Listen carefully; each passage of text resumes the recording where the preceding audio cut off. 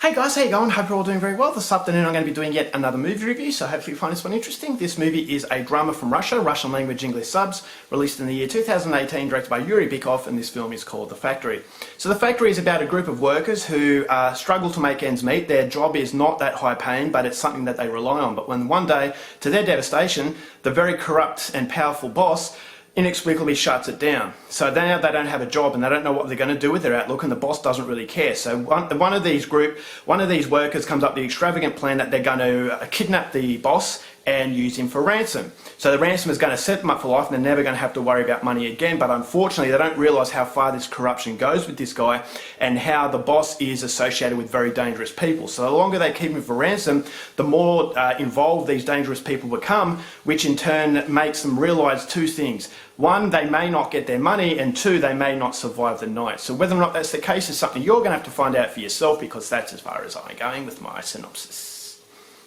Now my thoughts on The Factory. I was very excited to see this film. Now, those of you who are familiar with my channel, you know that Yuri Bykov is quickly becoming one of my favourite directors. He and Andrei Zvigintsev are definitely the lead runners as far as Russian cinema is concerned, because they're not afraid to do very daring films, in that there's a critique of the Russian system, a critique of the Russian government, which is not a very popular thing, and it's something that is going to be very ballsy, but these are directors who are not afraid to tell a tale of desperation. Desperation is definitely something that runs through each and every one of their films, and that's the reason why I appreciate these guys a lot more than other directors out there who are a little bit too afraid to actually fight the system and fight the corruption that thrives in their specific country. And so Yuri Bykov made two films called They Live and The Major, and those were absolutely devastatingly cruel films, and they were films that didn't promise a happy outcome for everyone involved. It didn't promise that the good guy was going to get what they deserve and the bad guys get what they deserve. It actually shows you a side of life that a lot of people don't want to acknowledge, that sometimes the bad guy wins and sometimes the good guy just can't really get over the line. And so that's a sad fact of life, and this is a fact of life that you're forced to come to terms with as far as a Yuri Bykov film is concerned, even an Andrei Zvigintsev film. So these two directors I've noticed in Russia are pretty much the only directors who are actually game enough to really show Russia and the Russian system in a very negative way. And so The Factory, I thought, all right, well, I've loved his two previous films. I was hoping that I was going to love The Factory. And although I actually liked the movie, I will say that I didn't quite love it as much as his two previous films. In fact, I will say that this is a slight step down because of problems that I'll go into a little bit later. But what I liked about The Factory is definitely what I liked about his two previous films, in that desperation plays a main focus. Desperation is basically influencing everyone involved. You've got the small guys who work in this factory up against the very powerful corrupt individuals, and these corrupt individuals exist in the Russian government, and they're basically these workers were symbolising the Russian people. And so when the Russian people try to fight up against these very corrupt and powerful people, this is how insignificant we are to them, and this is how insignificant these workers were to this boss. And I thought that was a very cruel way, is that the boss didn't really care about them. It's about self-preservation as far as the rich are concerned, and not really caring about anyone else. It's basically, how can you further your life? And so this rich boss was more interested in becoming even more rich, as opposed at the expense of these guys that he didn't really even consider human beings. So you really side with the small guys, you really side with these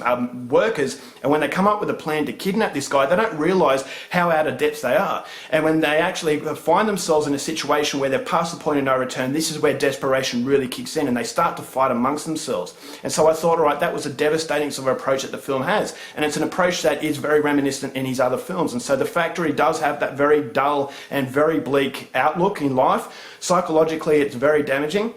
And I thought the cinematography really matched that psychological feeling, and it was very dark. Most of this film takes place at night, so it's devoid of all happiness. It hasn't got vibrant colouring, so it feels like you're down in the dumps with everyone involved. And so when the desperation starts to kick in, the cinematography plays a strong role as far as the psychological sort of aspect of each character is concerned. I thought as though there were some moments that hit me really hard, and the unpredictability and not knowing whether or not the good guy is going to win. You always have that glimmer of hope that they're going to win, but you're never quite sure how they're going to win. And unfortunately, as the movie goes on, it gets darker and darker for each and every one of them involved. So the runtime doesn't go for very long, so I thought it was over before you know it. And that's something I really like about Yuri Bykov. He doesn't overplay what he's doing, and that is definitely a factor in The Factory.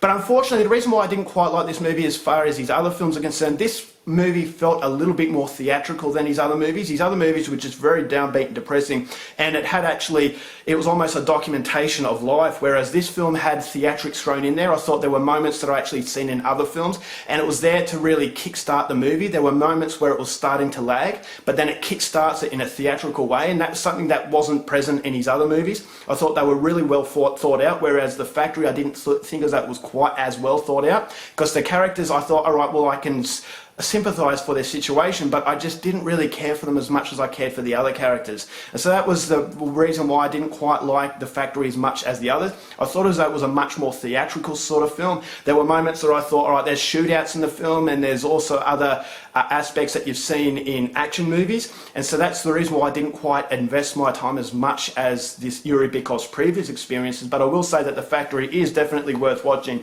if you want a film that's really going to have you down in the dumps.